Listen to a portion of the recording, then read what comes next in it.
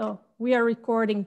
Hi, everyone. Welcome to my channel, Making It in Austria, where I talk to successful people, real people. Most of them are my friends and colleagues who have made a career in Austria. Most of them have come abroad.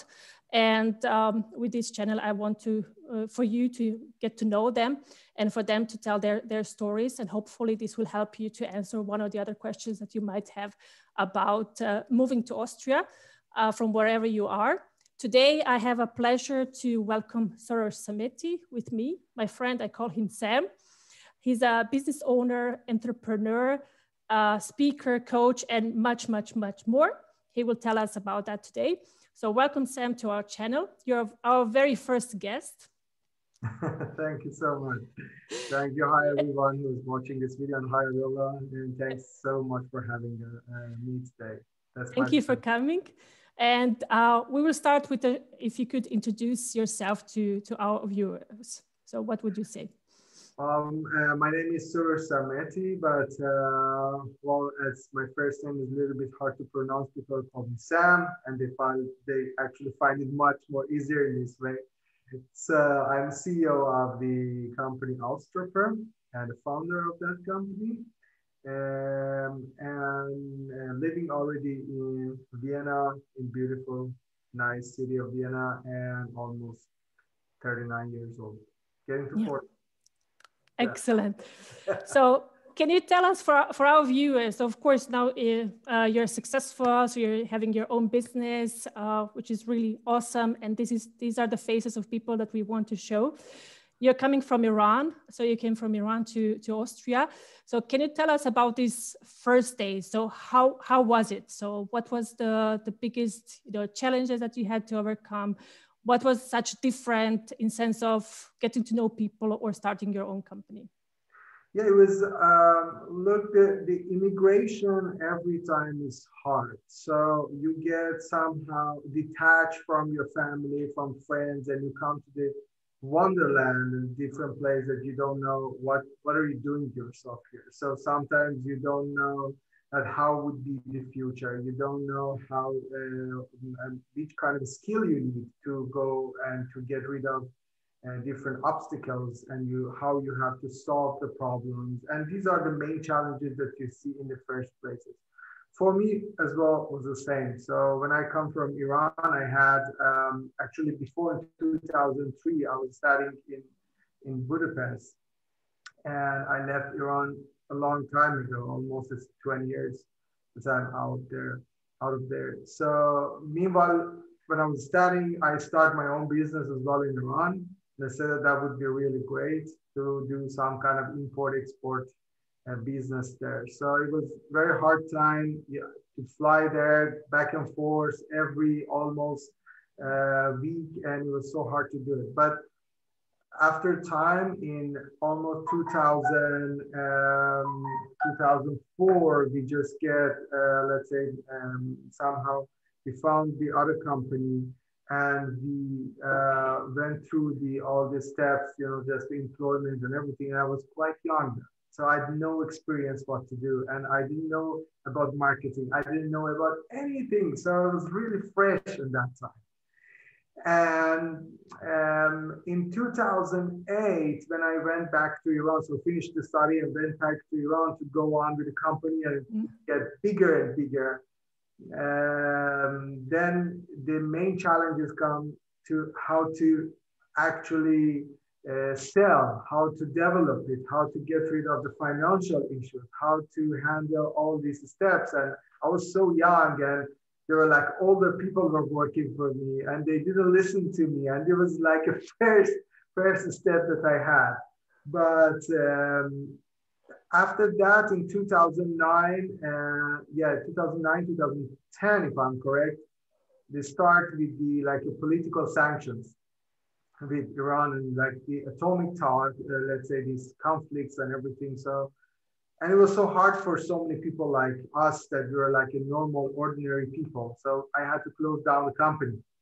And it was so bad moment. And it was the time that I said, and I felt so depressed and didn't know what to do, and why the good empire that I was working suddenly in 1 year collapsed everything down. So I decided to come to, then I married in that time. So maybe the only thing that I could do. So my wife get to know each other in that time, and then we married. And I told my wife, look, we have to go forward, and we cannot let us just to stay in the form that we are. Let's go somewhere and let's have the new beginning for our lives. So, and just forget about the political things which are not in our hand to solve it.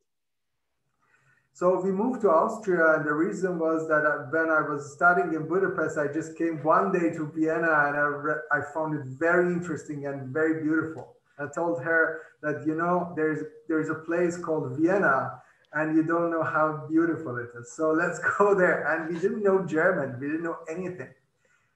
So we planned to go there, and she told, okay, not a big deal. So we applied for the, let's say, kind of a student visa, and we came as a student there in here in Vienna in 2011, 24th September, 9 o'clock in the morning. Our airplane landed in Vienna.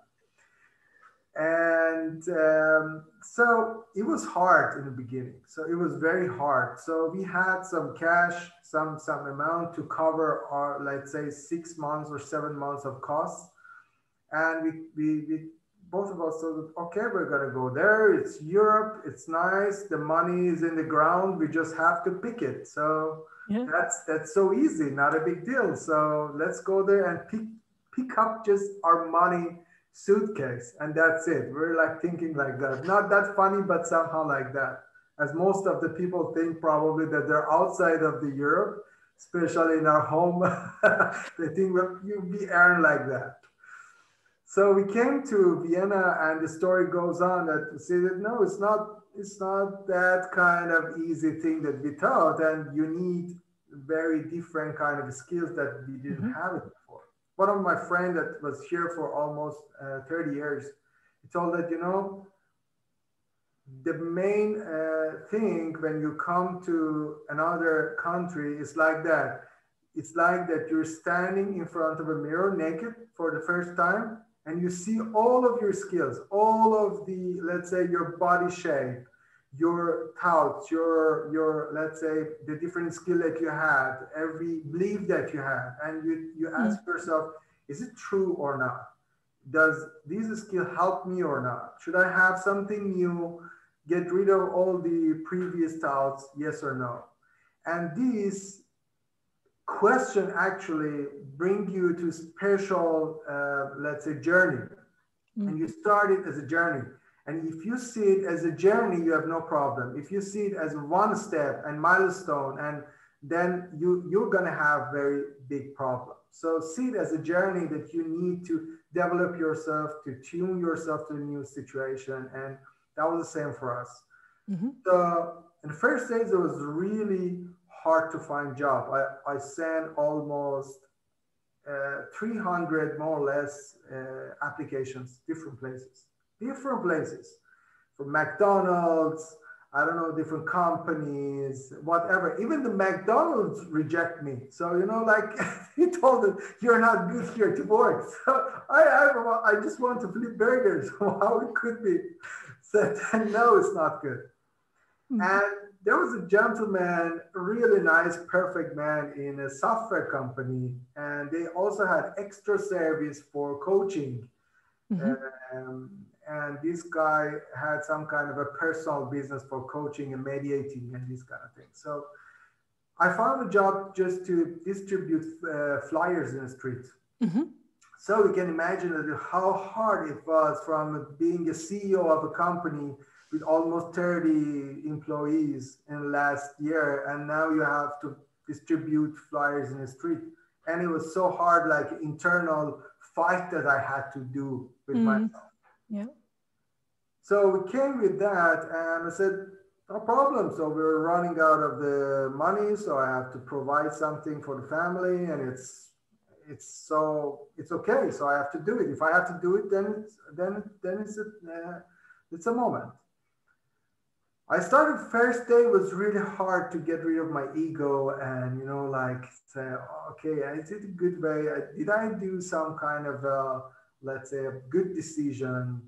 It was a good decision to come here, yes or no? So what's going to happen to my family? What kind of thoughts would my wife will have about me? So she actually married with someone very successful, head of a company. Now I have to do, and all of these questions come to you, and it's really internal fight that you have. Then I said, okay, forget it. Let's do the job. We're here right now, and this is the reality. I've done this for 1 month, and after 1 month, one day in Mariahilfer Str, I was just distributing the flyer. Just open a flyer, and I see that the flyer is really bad in design. And went back home and tried to redesign it with very small computer that I had. Mm-hmm. I designed everything, so redesigned the flyer and brought it back to the head of company, that guy who gave me the job. I told him, you know graphic design? I say, yeah. He told him, we need someone who do the graphics for us. I say, wow, yeah, okay, I can help you.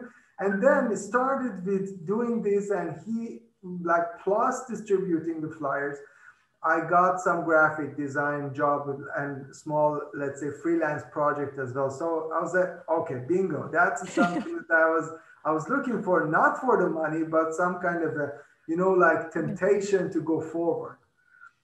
And then he introduced me to the friends. And then I said that, okay, if it's like a high demands and my skill really is good in this, so let's start a company here. Why not? So let's form it in a good business way. So that's a story of just me just going through the company and establishing the company, kind of let's say advertisement and marketing company that I started in 2014, actually my second company. Yeah. These are the first days challenges I had so far. So what comes to my mind after this is that we have so many similarities in our stories. Yeah. I remember when we came 2 years after you. So it was 14th of September, 2013. Okay. Both of us together without a job on a student visa. And both of us having money. And so we had the savings for 6 months, exact 6 months. And I remember when I got my first job and first salary, it was end of February, 2014. It was, I think we had like 120 euros cash left on our bank account. And I was like, we need money to cover the rent and all of that. And my husband he was learning the German, the language, and he started interviewing for his job. And we needed the shoes and a lot of things, for the interviews. It's like, how we don't have money, we don't have money for that. So I think that's, it's a very, very similar story. And I'm really looking forward to, hear from many people, because I think we have so many similarities at the beginning. Exactly. And one of my first jobs was like also working in a kind of a shop selling kind of bakery shop style. And then it was the same story as you said, like this ego. Oh my, how am I going to do that? It's just, I've been leading the teams in Bosnia. I graduated as a top student, and now I come here, and then the only thing I can get is which I was very grateful for, because it pays my rent and brings food on my table.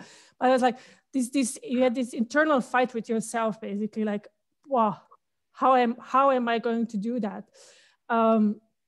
Another thing that you touched is German language. And for our viewers and people who are considering moving to Austria now, that's a very, very big question. So how do you go around that topic? First of all, I should say that German language is something that you should actually learn during your life, no matter how long you stay in Austria. So it never completes. So let's face it, it's hard.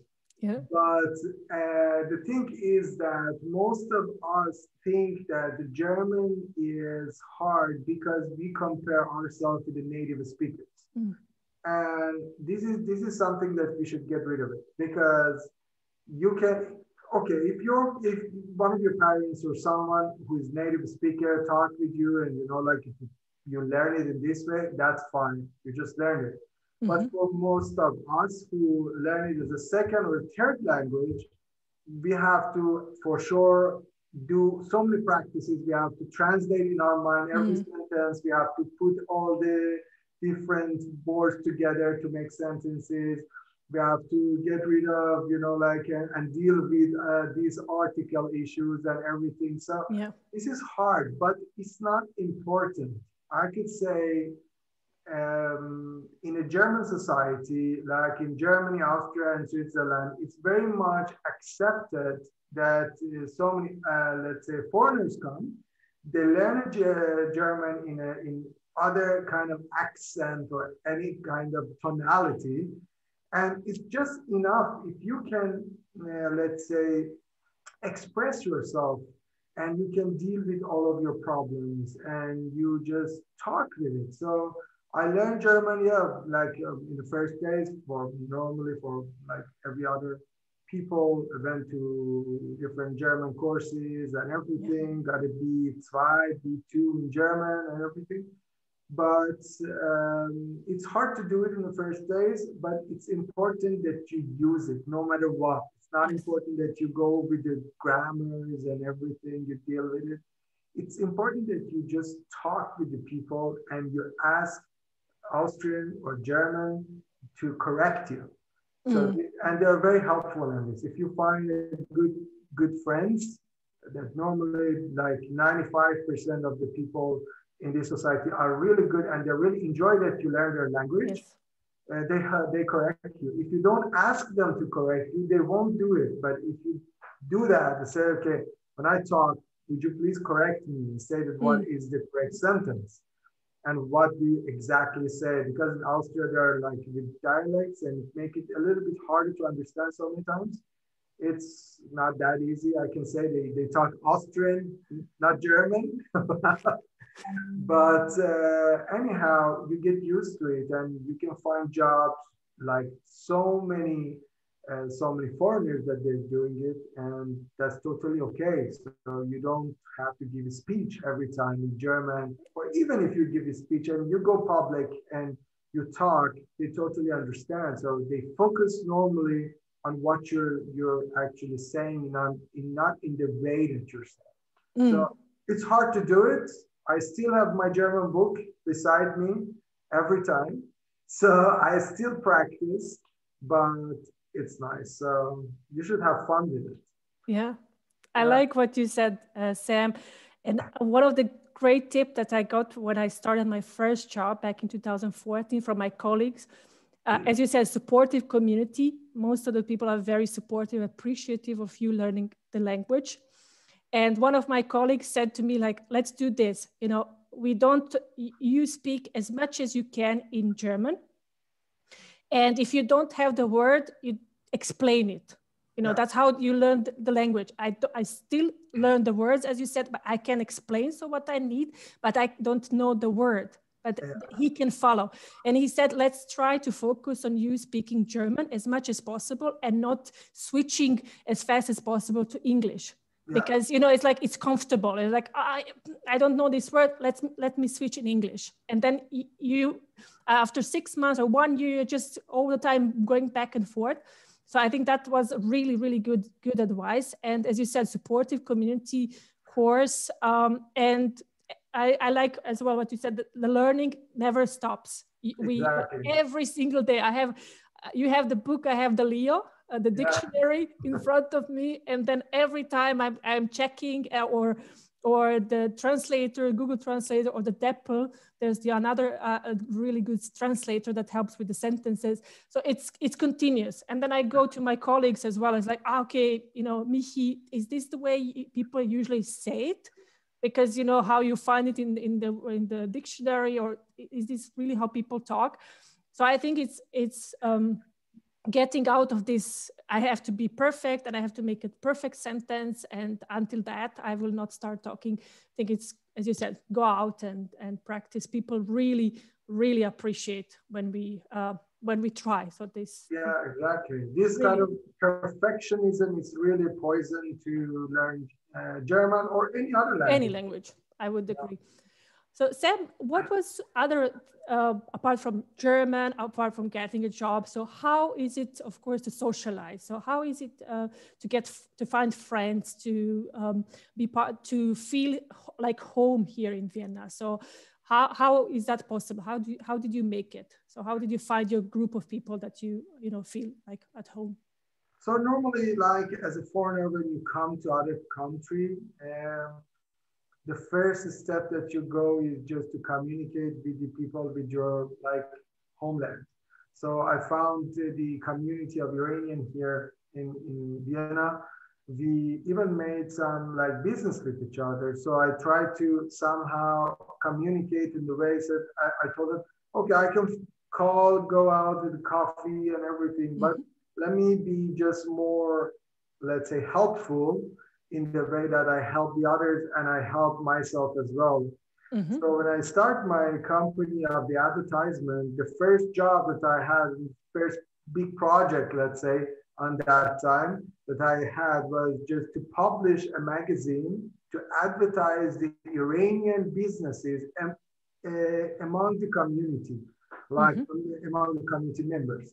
So I went business by business. So all the shops, all the, let's say, I don't know, cosmetic shops, all the people that they're doing different activities, doctors, dentists, all of them. We went like one by one. We asked them that you're printing kind of an advertisement book.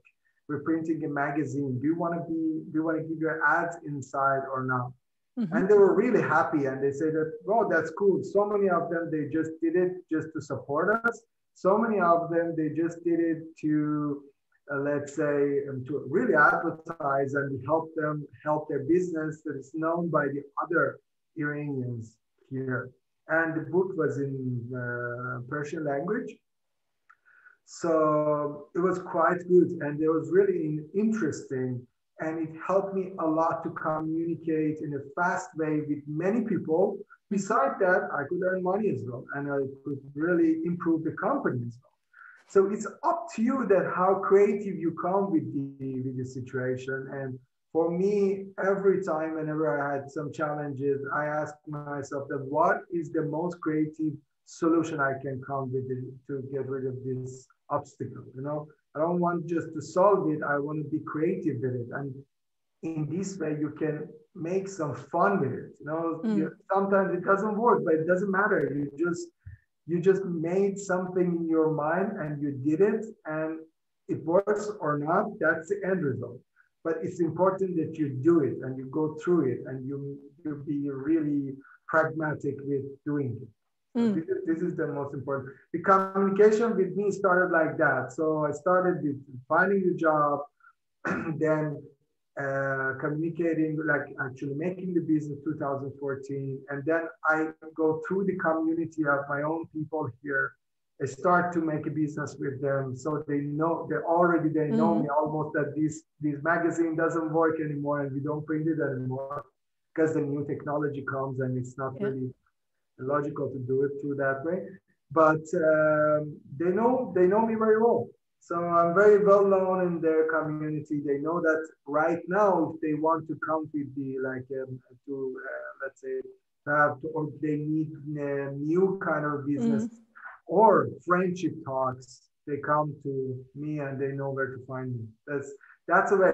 Plus that, yeah, there were like ceremonies that we have, like a traditional and let's say New Year ceremonies, New Year parties, these kind of things, which is very normal to do that. But I found this way a very effective way to communicate with that.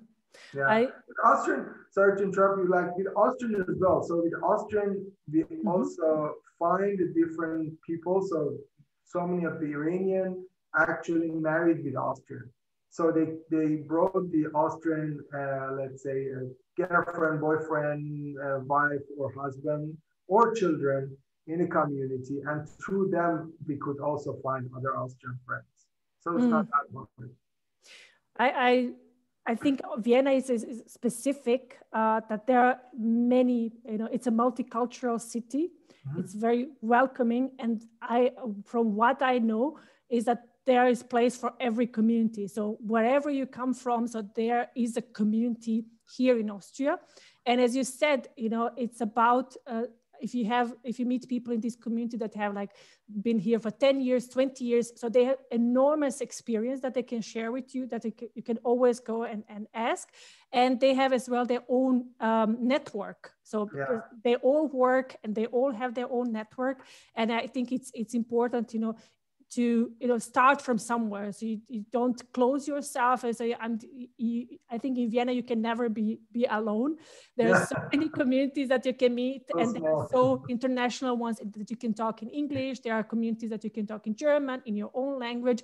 So, and for us at the beginning as well was emphasizes on building a diverse community. So really to connect with as many people as possible, because that's where you can get so many ideas. And as you said, you can be very creative, because there's all these streams of idea coming your way. So for people who are thinking about moving to Vienna, so there's plenty of opportunities to socialize. Austrians are very social and very welcoming. So I think that is not an issue.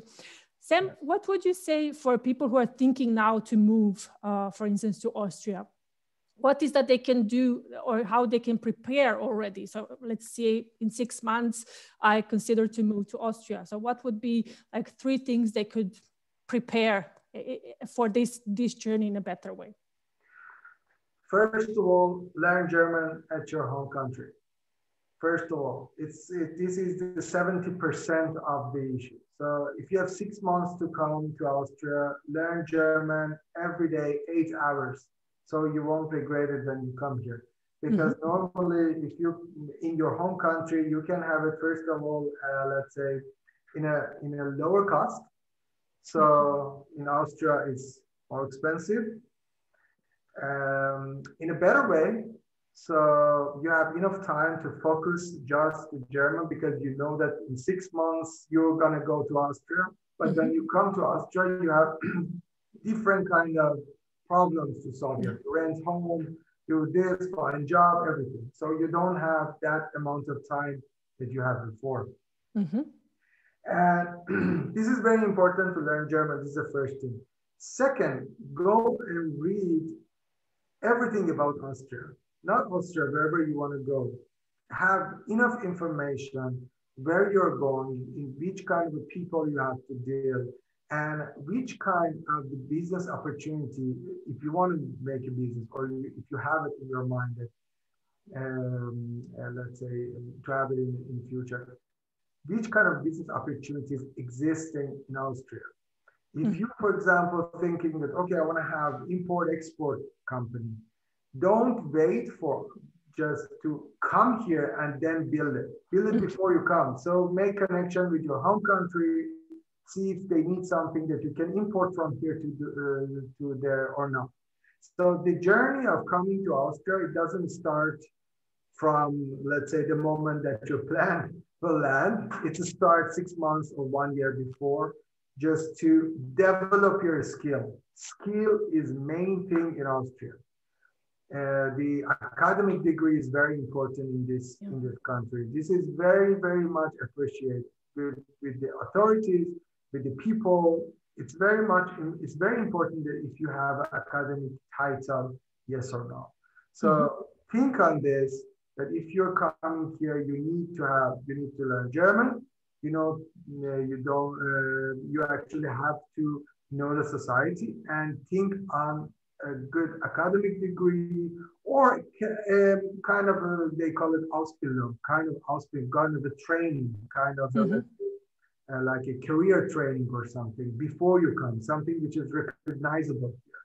So even some small skills like, I don't know, you cut hair or something, or kind of manicure, pedicure, skincare, some kind of very short skills that you can learn in hometown, and then when you come here, you can earn money. Because the first problem when you come is financial issues, which you have to solve it somehow.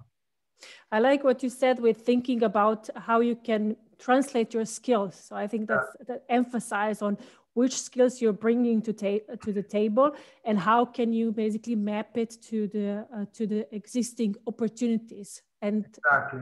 nowadays we live in the digital society. People can get all the information online and get informed and visit different job portals, and then say, okay, this is what they're looking, and get the predictions on what is going to be actual in 2021 or 2022. So I think that, as you said, the research and this journey starts, if possible, earlier, before your plane or your bus, before your plane lands or your bus arrives at the bus station, to get, it will be very, very helpful, because as you said, you will have to, when you come here, it will be focused on finding the job. And if you're mentally prepared, like, okay, they will ask me which skills I bring to the table, or my German, or all the contracts I will get for rent or for the job, it will be in German. So how do I go around this? So I think it's the preparation is very much important. Exactly. And there are very plenty of good information out there in internet, so you can easily find out how is the apartment contract look like. So translating your country, like your own language, see how does it look like. So what are the main important things? Some legal, some legal information you need to know, that what are the restrictions here in Austria, what things you should not do, you can do something. So, something it's okay in your country, but something is not okay here, or vice versa. So these are good to know. Good to pick up the information that are existing.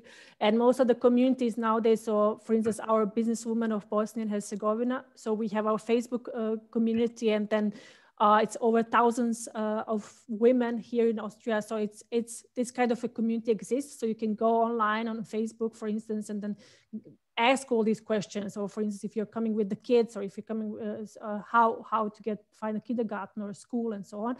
So it's good to prepare as much as possible upfront, so that you don't have this first day shock.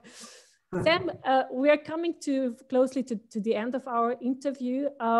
I wanted to ask you about, what are you reading at the moment? So what else keeps you awake, busy? I'm actually reading a book right now. It's called Company of One, from Paul Jarvis. And it's a very good book, because it has some nice, perfect ideas of the solopreneurs, the people that they come and they make one company for themselves, and they really make it successful. And it doesn't need, in this book, it doesn't need to, every time you think that you should be entrepreneur with kind of a 50, 100 different employees. You could make one company and sell something which goes automatic, with kind of entrepreneurial view and vision, but you're one-man show, and it's not a big deal, one-woman show, and it's not a big deal. And how you can go on with it. And it's really interesting book. So you can have it even in audiobook, because I don't have the time normally to read it, but I listen most of the time.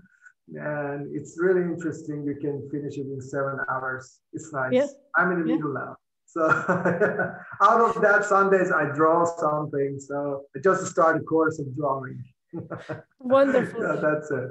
I remember the book that you recommended me a few years back. It was the 4 Hours Week from Tim Ferriss. Yeah, that's nice. It's a bestseller, and it's a really, really good book. I remember reading it through the summer, and I'm still picking up some of the ideas. Yeah, because I hope.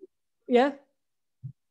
Because you have to sync, as you said, no worries, because you have to sync all these ideas. So when people push at you, like he was building so many companies, and then he pushes so many ideas at you, for instance, around automation and delegation. And it's like, wow, this is a lot. I need, what do I need out of this? How to process it? Yeah, that's really nice book as well, especially the part that you can outsource so many of your back office activities to the other people. And right now, with the time that we're talking in Corona time, it's very popular because so many of the companies come to this idea that, okay, we don't need kind of fixed office spaces. We should not employ people that they come here every day, kind of a style of 8 to 5 p.m. kind of a job is gone, so they can work from home. And even we can outsource so many of the activities to the other companies. Yes. And that's nice. That's nice because, well, I really recommend that as well. So that's nice to know that. But this one is really modern way, and it's good to know. But it goes in line what you were, you know, as with your business as well. You know, owning the business, building up the business, being one man show. Yeah. These both books help very much. And yeah, so it's best. Yeah. It's one of the best sellers. I think it's made Tim Ferriss very much popular. He has some podcasts and a lot of things that he's talking about the company. So, and so with that's nice. Yeah, it's a good book. Definitely can recommend it. Yeah. Yeah. Besides that, I'm writing my second book as well because I wrote one in Farsi language. Second one would be in English. It's my journey through that and whatever I learned. So I hope that I can finish it somehow. And yeah, we hope that too. We hope that too. Sam, for the people who don't know you, so how they can get in touch with you in the best way? How can they connect with you? The best way is through LinkedIn. So I normally check out my LinkedIn messages every day, and we're okay with that. So the LinkedIn, I think, is the best way to do that. Perfect. So thank you, Sam, for joining us and for being the first guest of the YouTube channel, Making It in Austria. We are bringing more guests next week. So we aim to have at least one guest per week. Maybe sometimes even more, because these are the stories that are inspiring, that people can relate to, and they can get one or the other advice and the answers that they were looking for. So I'm really excited about all the new guests and for all the viewers to, you know, pick it up, these nuggets, and of course get in touch with you, Sam. Thank you for being our guest. Thank you so much. Thank you so much for having me, and I wish that I could have your channel 10 years ago before I come here. I'm sure it's going to be great, and going to be so many perfect and successful people inside, and we're going to see so many people that they will move to Austria in the next 10 years. They're going to be there. They're going to come to this channel and talk about their life story. I wish you all the best. Thank you, Sam. Thank you all. See you next week. All. Thank you.